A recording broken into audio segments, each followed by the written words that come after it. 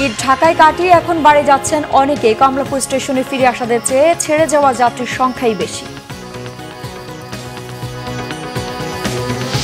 অবৈধ অভিবাসীদের ধরপাকড়ের প্রতিবাদে বিক্ষোভে উত্তাল লস অ্যাঞ্জেলস। পরিস্থিতি নিয়ন্ত্রণে ৭০০ মেরিন সেনা মোতায়েন।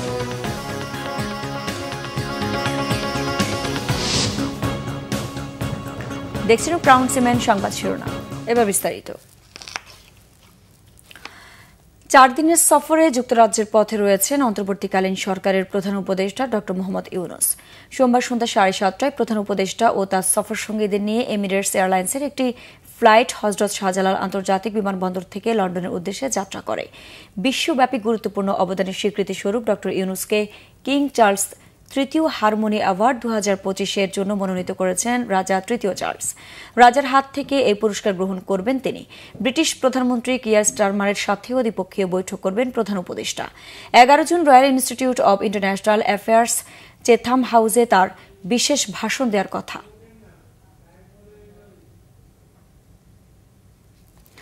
লন্ডনের প্রধান উপদেষ্টার সঙ্গে তারেক রহমানের বৈঠকে দেশে চলমান সংকটে নিরসনের টার্নিং পয়েন্ট হতে পারে। দলের ভারপ্রাপ্ত চেয়ারম্যানকে যে কোনো সিদ্ধান্ত নেওয়ার এখতিয়ার দিয়েছে বিএনপি স্থায়ী কমিটি, জানিয়েছেন বিএনপি মহাসচিব মির্জা ফখরুল ইসলাম আলমগীর। নিজ বাসভবনে নেতাকর্মীদের সঙ্গে ঈদ শুভেচ্ছা বিনিময়ের সময় তিনি এসব কথা জানান। প্রত্যাশা করছি যে এটা বাংলাদেশের যে রাজনৈতিক যে সংকটগুলো আছে কাটিয়ে উঠতে একটা পজিটিভ ভূমিকা রাখতে পারে এই সাক্ষাৎকারটা। একই সঙ্গে আমি ব্যক্তিগতভাবে মনে করি যে সাম্প্রতিক কালের রাজনৈতিক যে প্রেক্ষাপট, যে অবস্থা, এটা একটা বড় ইভেন্ট, এটা একটা টার্নিং পয়েন্ট হতে পারে। আপনার কি যদি সবকিছু সঠিকভাবে চলে তাহলে নিঃসন্দেহে এটা একটা টার্নিং পয়েন্ট হতে পারে। ঈদের পর চতুর্থ দিনেও কমলাপুর রেলওয়ে স্টেশনে যাত্রীদের ভিড়। তবে ঢাকা ফেরার চেয়ে ঢাকা ছাড়া যাত্রীর সংখ্যা চোখে পড়ার মতো। সকাল থেকে কমলাপুর রেল স্টেশনে জীবিকার তাগিদে রাজধানীতে ফিরতে দেখা যায় কর্মজীবী মানুষকে। তবে এই সংখ্যা বেশি নয়। লম্বা ছুটি থাকায় অনেকেই ঈদ করে এখন বাড়ি যাচ্ছেন কিংবা বেড়াতে যাচ্ছেন ঢাকার বাইরে। আবার কেউ কেউ একটু স্বস্তির জন্য, যাত্রার জন্য একটু আগেই ট্রেনে ফিরছেন। কমলাপুরে তাই দু ধরনের যাত্রীরই ভিড় দেখা গেছে।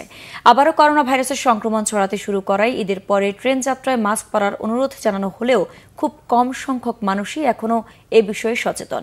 স্বাস্থ্যবিধির তোয়াক্কা করছে না বেশিরভাগ যাত্রী।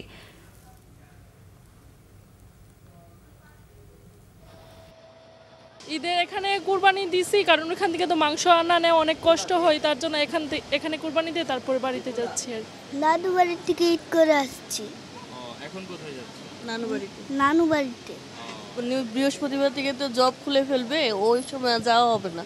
এই সুযোগে যাওয়া একদিনের জন্য। শ্বশুর বাড়ি থেকে সকালে আসলাম, এখন বাবার বাড়ি যাচ্ছি। দাদা দেশে যাব। করোনা বাড়ছে, এই জন্য মনে করছি যে আমাদের সবারই মাস্ক পরা উচিত। এই জন্য এই জার্নি টাইমেও চেষ্টা করতেছি মাস্কটা ইউজ করার জন্য।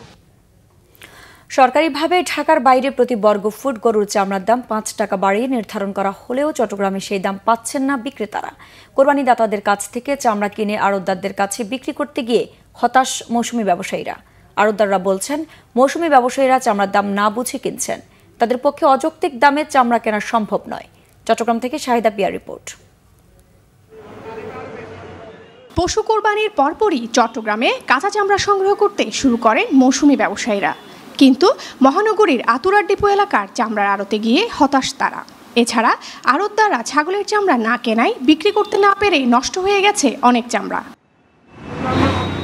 মৌসুমি ব্যবসায়ীরা বলছেন, কোরবানিদাতাদের কাছ থেকে প্রতিটি চামড়া ৫০০ থেকে ৬০০ টাকা করে কিনলেও আড়তদাররা ৩০০ থেকে ৩৫০ টাকার বেশি দামে কিনতে রাজি হচ্ছে না। এতে আর্থিক ক্ষতির মুখে তারা। সিজনি ব্যবসায়ী যারা আছে ওরা গ্রাম থেকে ৫০০, ৬০০, ৮০০ টাকা চামড়া কিনছে, কিন্তু এখানে বলছে ১০০, ১৫০ টাকা, ২০০ টাকা। আমি ২১ চামড়া কিনতে আমার প্রায় ৩০,০০০ টাকা লস হয়েছে। সরকার যে বলছিল ১১৫০ টাকা যে একটা রেট দিছে, এই তুলনামূলক দেখে আমরা অনেকে কিন্তু আগ্রহ করে চামড়া নিছে।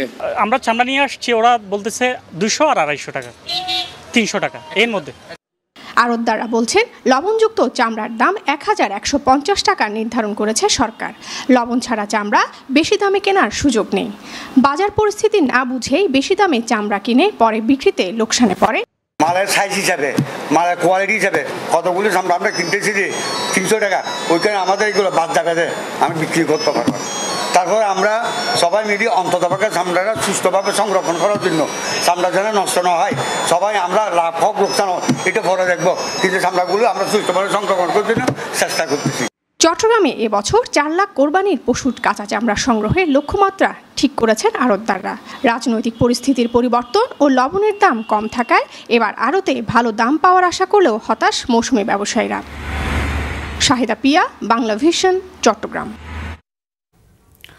যুক্তরাষ্ট্রে অবৈধ অভিবাসীদের ধরপাকড়ের প্রতিবাদে টানা 4র্থ দিন ধরে বিক্ষোভে উত্তাল লস অ্যাঞ্জেলস শহর। বিক্ষোভে পুলিশের সঙ্গে আন্দোলনকারীদের ব্যাপক সংঘর্ষ হয়েছে। গুলি, টিয়ারশেল ও লাঠিচার্জের মুখেও বিক্ষোভ থামছে না। এই পরিস্থিতিতে নতুন করে 2000 ন্যাশনাল গার্ড ও 700 মেরিন সেনা মোতায়েন করেছে ট্রাম্প প্রশাসন। এক বিবৃতিতে দেশটির সামরিক বাহিনী জানিয়েছে, বিক্ষোভ ঠেকাতে অন্যান্য বাহিনীকে সহায়তা করতেই মেরিন সদস্যদের মোতায়েন করা হয়েছে। তারা উত্তেজনা প্রশমন, জনসমাগম নিয়ন্ত্রণ এবং বল প্রয়োগের নিয়ম সম্পর্কে প্রশিক্ষণপ্রাপ্ত।